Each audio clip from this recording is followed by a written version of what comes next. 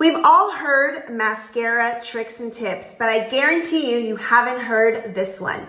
Girlactik makes a mascara called Lash Play Duo, which comes with two wands.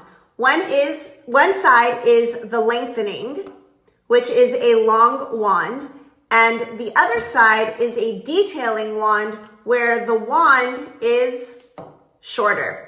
Now, sometimes that can be hard to apply mascara onto your lashes. So I'm going to show you a tip of how to make applying mascara easier with a short wand.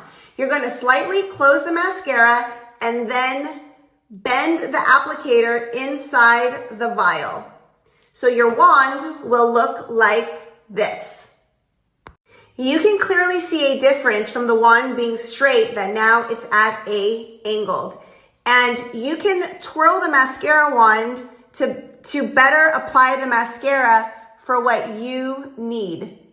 And you can see that applying the mascara just got a whole lot easier. So if you haven't tried this tip out, definitely check it out. And you can use this wand on your upper or lower lash lines. Look how easy this is. Hope you love this tip. Bye.